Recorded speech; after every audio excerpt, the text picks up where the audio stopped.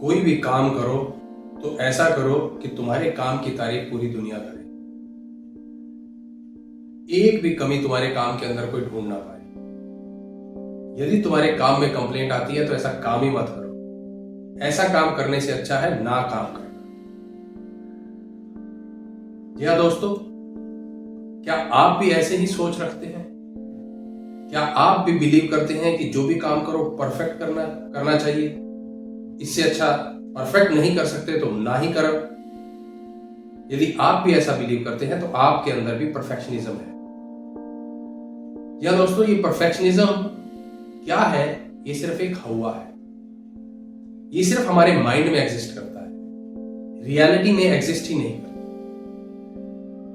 क्योंकि परफेक्शनिज्म का कोई मापदंड नहीं है। इसे कैसे मापेंगे आप? कैसे जानेंगे कि कोई चीज परफेक्ट है या नहीं? ये सिर्फ हमारे माइंड के अंदर एक थॉट प्रोसेस चलता रहता है कि जो भी काम करना है एकदम परफेक्ट करना है। कोई ढूंढे भी कमी तो भी उसे कमी नजर नहीं आनी चाहिए, बल्कि सब लोग उसकी तारीफ करें। बट ऐसा कभी होता है? कभी हुआ है? नहीं। कभी होगा? नहीं। क्योंकि दोस्तों, परफेक्शनिज्म कोई नाम की चीज ही नहीं है। ये सिर्फ एक माइंड की एक थॉट है जो सिवाय परेशानी के, सिवाय स्ट्रेस के और कुछ नहीं देती। क्योंकि हम अपने माइंड में एक ऐसा स्टैंडर्ड बना लेते हैं, काम को लेके एक ऐसी सोच बना लेते हैं जिसके नीचे हम खुद ही दबते चले जाते हैं। जब हम सोचते हैं कि काम ऐसे होना चाहिए, ऐसा होगा, ये होगा, सब लोग तारीफ करेंगे, और हम माइंड में उस एक्सपेक्टेशंस को इतना हाई कर लेते हैं कि हम काम शुरू ही नहीं कर पाते। यह दोस्तों इसलिए जो परफेक्शनिज्म में बिलीव करते हैं, मैक्सिमम लोग स्ट्रेस एंजाइटी में रहते हैं। परफेक्शनिस्ट लोग प्रोक्रेस्टिनेट करते हैं। वे लोग टाइम पे एक्शन ही नहीं लेते क्योंकि वे सोचते रहते हैं कि आज माइंड नहीं है ठीक, आज ये चीज ठीक नहीं है, आज वो चीज ठीक नहीं है, आज सिचुएशन नहीं है, आज राइट माइंडसेट नहीं है। यानी वो हर चीज को परफेक्ट ढूंढते हैं और परफेक्ट होता नहीं। तो परफेक्शनिस्ट लोग जो होते हैं वो प्रोक्रेस्टिनेट करते रहते हैं। प्रोक्रेस्टिनेशन के साथ साथ वे लोग कंटिन्यूसली स्ट्रेस में रहते हैं, हाई स्ट्रेस में रहते हैं। क्यों? क्योंकि उन्होंने अपने माइंड के अंदर एक बेंचमार्क ऐसा बना लिया है जो पूरा हो ही नहीं सकता।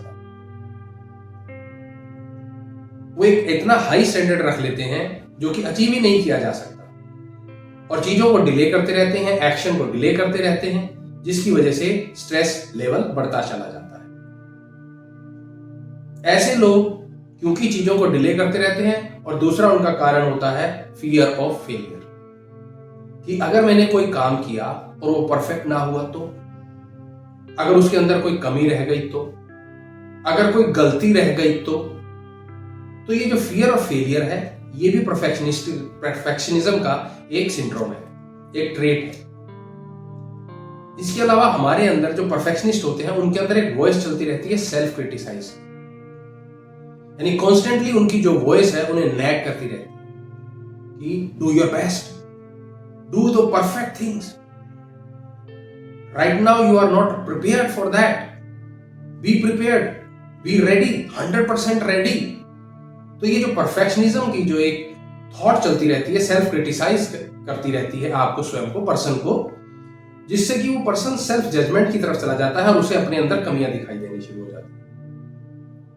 जब कमियां दिखाई देती हैं तो पर्सन को अपनी एबिलिटी के ऊपर डाउट होना शुरू हो जाता है, उसकी सेल्फ इमेज खराब होनी शुरू हो जाती है, क्योंकि उसे लगता है कि मेरे अंदर तो बहुत कमियां हैं। और वो क्रिटिसिज्म बार बार उन्हें नैग करता रहता है, उन्हें डीमोटिवेट करता रहता है किसी भी काम को करने के लिए। इसके अलावा साथ साथ उनके चलता रहता है कि अगर चीजें ऐसी नहीं हैं तो जैसी हैं वो मुझे एक्सेप्टेड नहीं है, और जो एक्सेप्टेड है वो चीजें हैं नहीं। यानी वो ब्लैक एंड व्हाइट थिंकिंग चलती रहती है उनके अंदर, ऐसे होगा तो ऐसे करूंगा मैं, अगर ऐसा नहीं है तो मैं एक्शन नहीं ले रहा। तो ब्लैक एंड व्हाइट में सोचते रहते हैं, यानी माई वे और हाईवे। और आपने भी सुना होगा, ना नोमन तेल होगा, ना राधा नाचेगी। यानी चीजें कभी भी परफेक्ट नहीं होंगी, टाइम कभी भी परफेक्ट नहीं होगा, सिचुएशन कभी भी परफेक्ट नहीं होगी। तो जो ये ब्लैक एंड व्हाइट की थिंकिंग है, ये आगे नहीं बढ़ने देती है, ये परफेक्शनिज्म की तरफ चली जाती है। और इनसे भी बड़ी चीज होती है अनरियलिस्टिक एक्सपेक्टेशन सेल्फ से, यानी हम अपने आप से इतनी उम्मीद बना के रख लेते हैं। जैसे कि आज के टाइम पे चल रहा है, हर स्टूडेंट ये सोचता है कि भैया 99% लाने हैं, और वो 99 उनके अंदर थॉट चलता है अगर नहीं आए तो, यानी एक 99% का बेंचमार्क बन गया। अनरियलिस्टिक हाई एक्सपेक्टेशन सेट कर ली, जिसकी वजह से अब उनके अंदर परेशानियां चलती रहती हैं, उनका मन नहीं लगता है, उनका फोकस नहीं लगता है। तो ये चीजें हैं जो परफेक्शनिज्म के सिंड्रोम है, परफेक्शनिज्म के ट्रेट्स हैं। और जैसे मैंने कहा कि ये सिर्फ माइंड के अंदर है, रियलिस्टिक हो ही नहीं सकता। ऐसा नहीं है कि 99% लोग मार्क्स नहीं लाते हैं, पर जो परफेक्शनिज्म वाले होते हैं वो वहीं अटके रह जाते हैं। इसलिए इससे बाहर आना जरूरी है, लेकिन उससे पहले ये जानना जरूरी है कि परफेक्शनिज्म का एटीट्यूड आपके अंदर आया कहां से। जी हाँ दोस्तों, इसके 3 कारण हैं। पहला कारण है फियर ऑफ फेलियर, यानी आपको ये लगता है कि अगर आपने कुछ काम किया और उसके रिजल्ट्स नहीं आए तो आप क्या मुंह दिखाओगे, आपकी इमेज क्या बन जाएगी। उसके अलावा दूसरा कारण है कि दूसरों की हमसे एक्सपेक्टेशन, यानी expectation of others from us. वो पेरेंट्स हो सकते हैं, वो फ्रेंड सर्कल हो सकता है, वो सबऑर्डिनेट्स हो सकते हैं, कि वो कहते हैं कि ये बहुत अच्छा है, ये काम को कर देगा, और आप उनकी एक्सपेक्टेशंस को फुलफिल करना शुरू करते हैं, जबकि सामने वाले की एक्सपेक्टेशंस को आप फुलफिल नहीं कर सकते, क्योंकि वो उनकी एक्सपेक्टेशंस है, आप अलग हैं।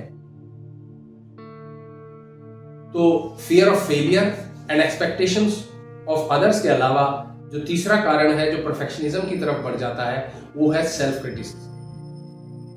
वो आपका एक मेंटल एटीट्यूड बन जाता है, जिससे कि आप अपने अंदर कमियां देखना शुरू कर देते हैं।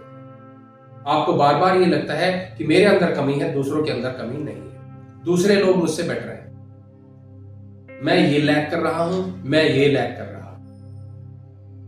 तो दोस्तों, जब तक ये परफेक्शनिज्म का आपके अंदर एटीट्यूड रहेगा, आपकी लाइफ जैसी चल रही है वैसी चलती रहेगी। लेकिन अगर आप अपनी लाइफ की गाड़ी को अलग डायरेक्शन में लेके जाना चाहते हैं, उसकी गति को तेज करना चाहते हैं, तो सबसे पहले आपको इस अपने माइंडसेट को बदलना होगा। जी हाँ, जिंदगी की गाड़ी तभी बदलेगी जब आपका माइंडसेट बदलेगा। तो आपका क्वेश्चन हो सकता है कि ठीक है, अब इस माइंडसेट को कैसे बदला जाए।